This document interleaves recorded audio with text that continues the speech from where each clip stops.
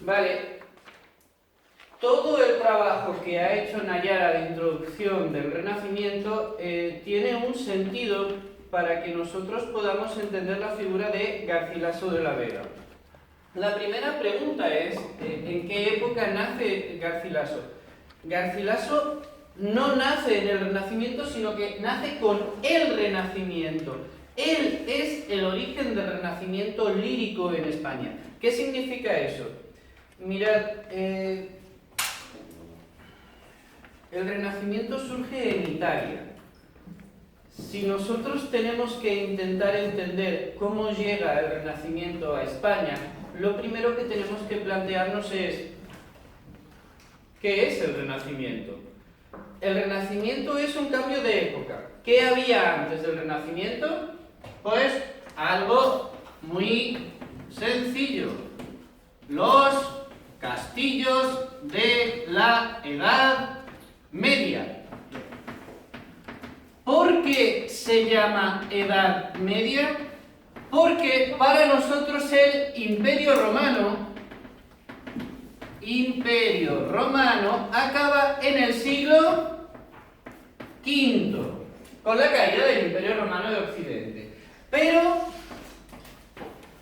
cuando se considera terminada la Edad Media es en el siglo XV, cuando, gracias a ciertos inventos como el astrolabio, que es esto, un astrolabio para ver, y la brújula, consiguen desarrollar una navegación que permita recorrer no solo el Mediterráneo, sino empezar a salir hacia el Atlántico para el comercio. ¿Qué país desarrolla principalmente esas técnicas de navegación? Italia, pero no Italia en su conjunto, sino pequeñas ciudades-estado. Venecia, Pisa, Florencia, empiezan a convertirse en florecientes ciudades gracias al comercio.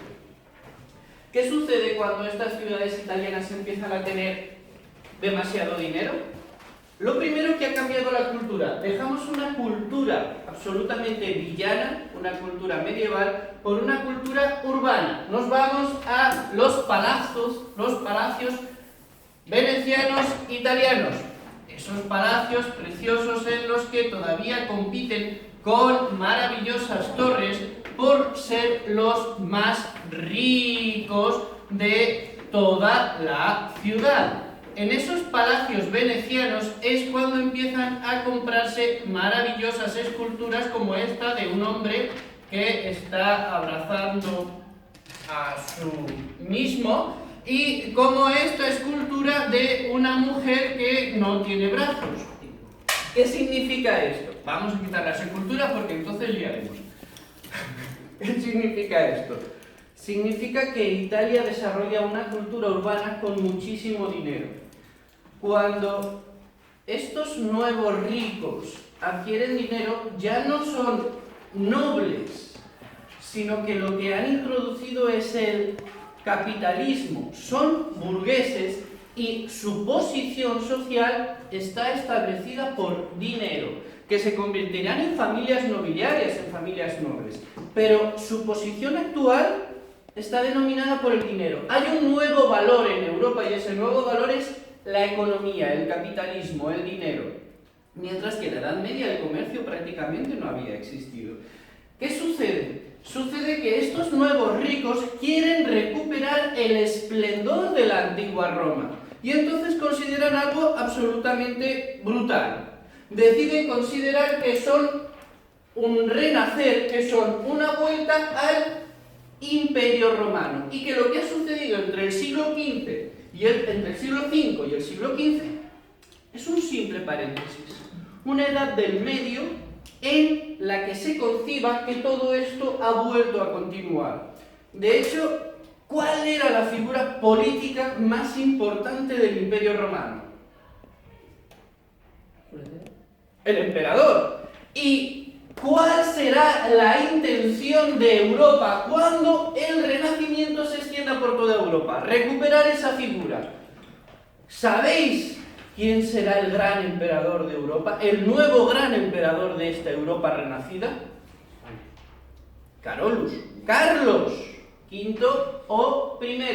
Y ese emperador español se identificará con la nueva figura de un renacimiento absolutamente italiano y español. Italiano y español, ¿qué significa? Significa que nuestra Edad Media es un poco francesa.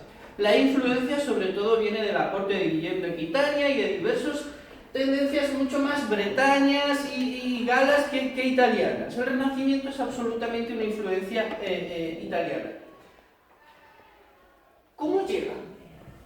Normalmente cuando hablamos de los movimientos literarios siempre elucubramos y pensamos que llegan de una manera o llegaron paulatinamente. No, Nayara ha dicho el momento exacto en el que el Renacimiento llega. En 1526.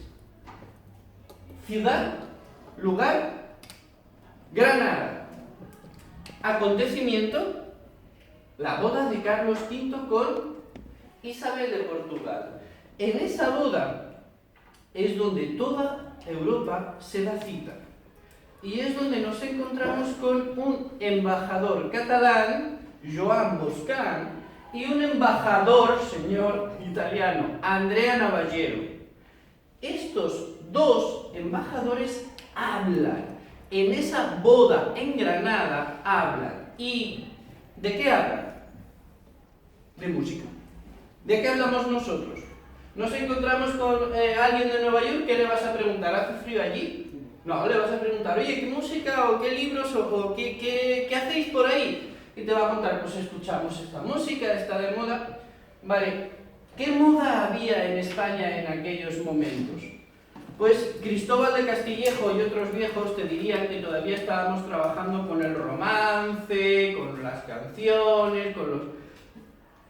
Es decir, con un tipo de poesía que todavía es heredera de la escuela francesa, que trabaja muchísimo la rima, que apoya muchísimo la poesía en la rima y en una figura retórica absolutamente medieval, el oxímoron, ¿vale? Muy bien. De esa escuela francesa, hace unos 2 siglos, salió el dolce stilo nuovo, una nueva manera de entender la poesía. Vale, esa nueva música es la que Navallero le va a contar a Boscán. ¿Y en qué consiste? En forma y en fondo. En forma significa que ya no van a trabajar con versos pares, sino con versos de sílabas impares, endecasílabos y heptasílabos y, en algunos casos, eneasílabos. 11, 7 y 9. Pero el hecho de trabajar con un nuevo tipo de verso no es solamente un cambio de medida, de 12 a 11.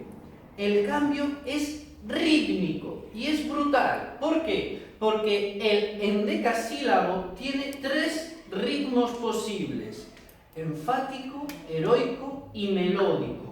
Esos 3 ritmos se condicionan al contenido que tiene el verso.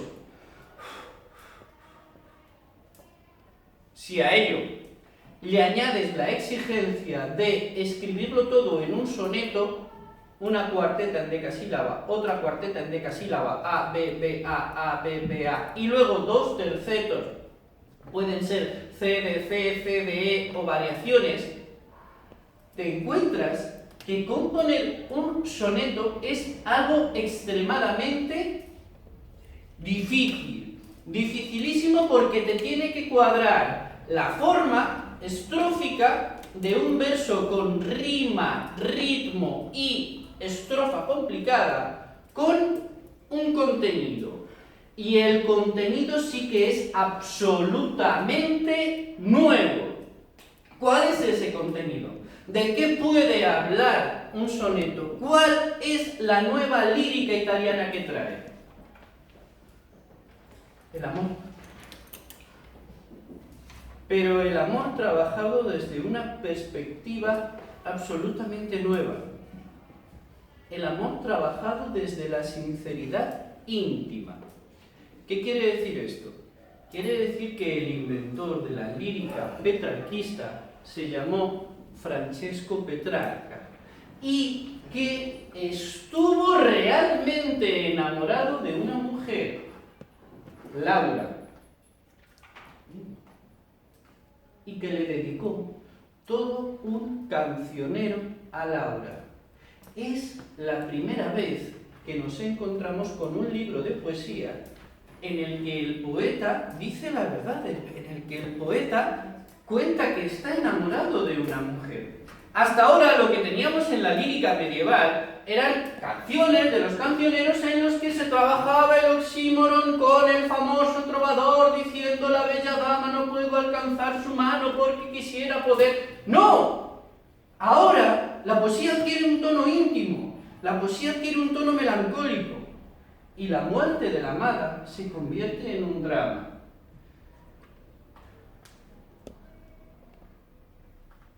Andrea Navallero explica eso a Joan Boscán en Granada, en la boda de Carlos V con Isabel de Portugal. Pero Joan Boscán, como ya había hecho el Marqués de Santillana en sus sonetos fechos al itálico modo, intenta escribir así, pero le falta pasión, le falta un sentimiento que nos llega aquí, quizás porque Joan Boscán tenía una vida muy familiar y una vida muy acomodada para irse por esos derroteros de la pasión. Sin embargo, habla con alguien, se lo comenta a un amigo, al noble toledano Garcilaso de la Vega. Y ese noble toledano, pese a estar casado con Isabel de Zúñiga y tener 5 hijos, se enamora desesperadamente de una camarera de la reina Isabel de Portugal. Esa camarera se llama Isabel Freire, o se llamaba Isabel Freire. Y del mismo modo que no tenemos imágenes de Garcilaso, porque los selfies estaban prohibidos en la boda de Carlos V, tampoco tenemos imágenes de Isabel Freire. Pero debemos imaginarla hermosa, ¿de acuerdo? Garcilaso pronto adapta la forma, el soneto, los endecasílabos y el contenido a el amor que siente por otra mujer que no es la suya. Lo podríamos considerar un escándalo, pero ahora lo entendemos como algo lógico. Pero falta algo. Dentro de la lírica italianizante falta el último detalle del que os quería hablar. ¿Cómo sublima el poeta sus sentimientos hacia la mujer?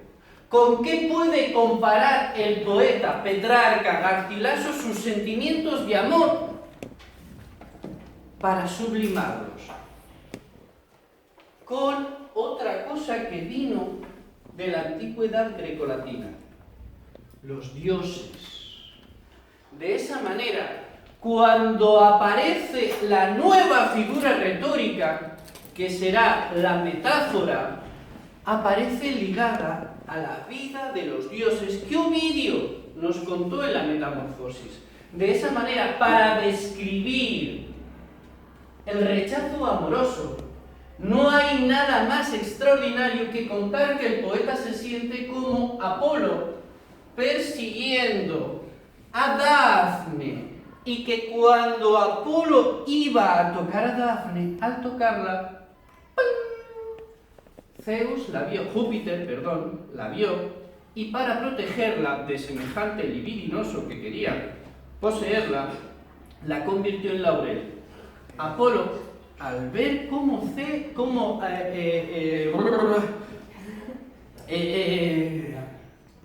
Dafne se convierte en un árbol, comprende el castigo y empieza a llorar, porque sabe que no la va a tener nunca y sabe que la culpa es suya. Cuanto más llora Apolo, más riega el árbol y más laurel es Dafne. Esa metáfora del amor es perfecta para sublimar los sentimientos del poeta hacia una mujer real.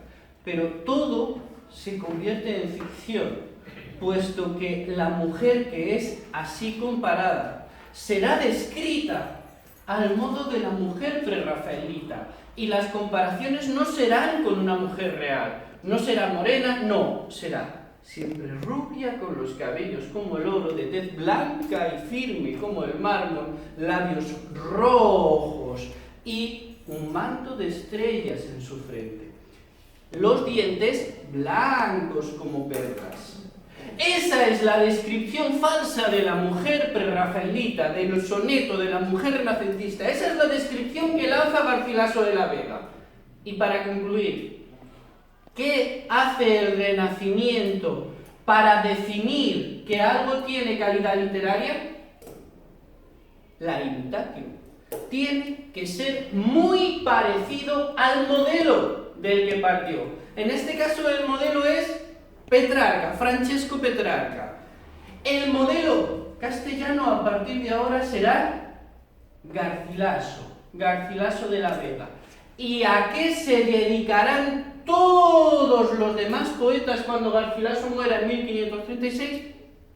A imitarlo, a escribir sonetos hechos al itálico modo, con comparación con la mitología grecolatina, con descripción de la mujer rubia, con ojos, con piel blanca, con labios rojos, a quejarse por el amor, a repetir el mito de Dafne, el mito de Apolo, el mito de... Durante un siglo, 2 siglos, esto cansa. El escribir siempre, adaptándose, imitando al maestro, cansa, hasta que llegan 2 genios. Esos 2 genios son los del barroco.